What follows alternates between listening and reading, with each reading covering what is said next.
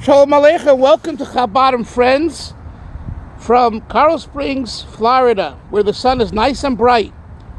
We'll talk about the Chofetz Chaim and Lubavitch, a second installment. The Chofetz Chaim, everyone knows, wrote a holy book called Tiferes Adam, where he talks about the beauty of man, of a Jewish person, having a beard.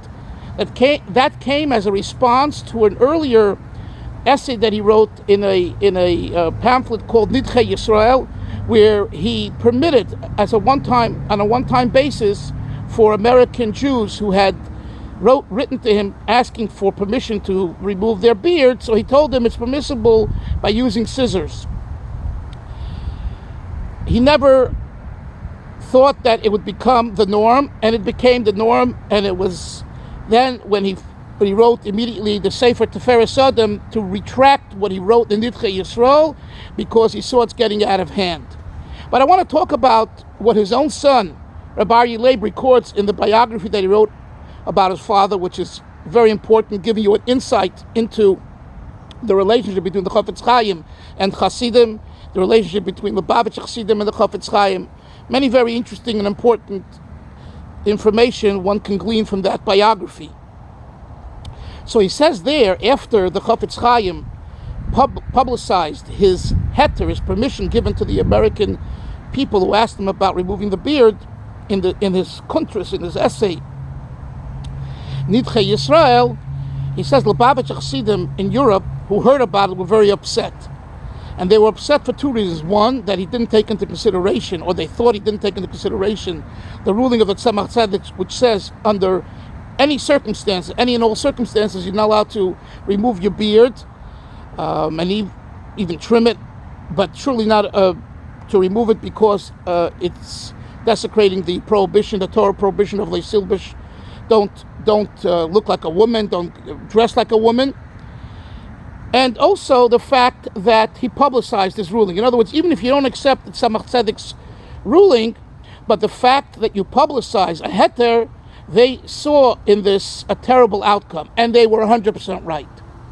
Because later the Chofetz Chaim realized what his heter accomplished, so he right away retracted the heter. And I think this is an important lesson for us today, and it reminds me also of the heter Rabbi Moshe Feinstein gave on a one-time basis to a particular administrator who asked about using non-Cholov Yisrael milk in a Jewish school out somewhere in Pennsylvania. I think it was during the 50s or early 60s. In other words, the circumstances were such that there wasn't money to pay for Cholov Yisrael, so he gave a heter. And what has become from that heter? That people living in Borough Park, in Flatbush, in the Five Towns, in Los Angeles, in Chicago, in Miami, they say they can have a store right around the corner which sells Cholov Yisrael, and meanwhile they'll buy some of them, Cholov Akum. Why? Because Rav Moshe permits it. Well, you didn't really read the response of Rav Moshe. He permitted it in a dire situation at a certain time to a certain person of a certain institution.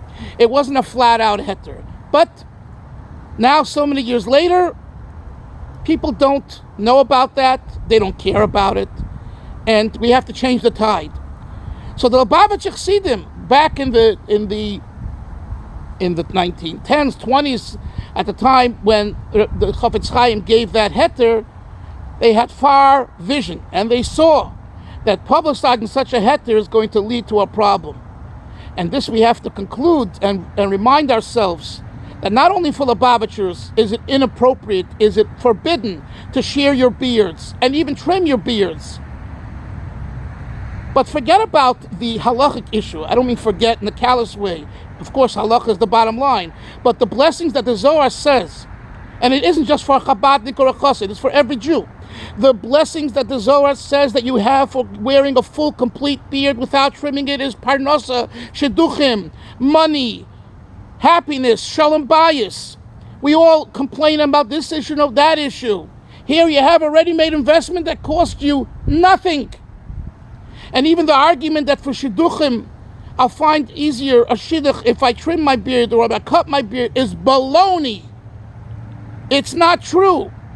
On the contrary, if you have a beard, a full beard, an untrimmed beard, and you stick to your principles, the potential girl will say, this is who I want, because he is a true, godly, fearing person.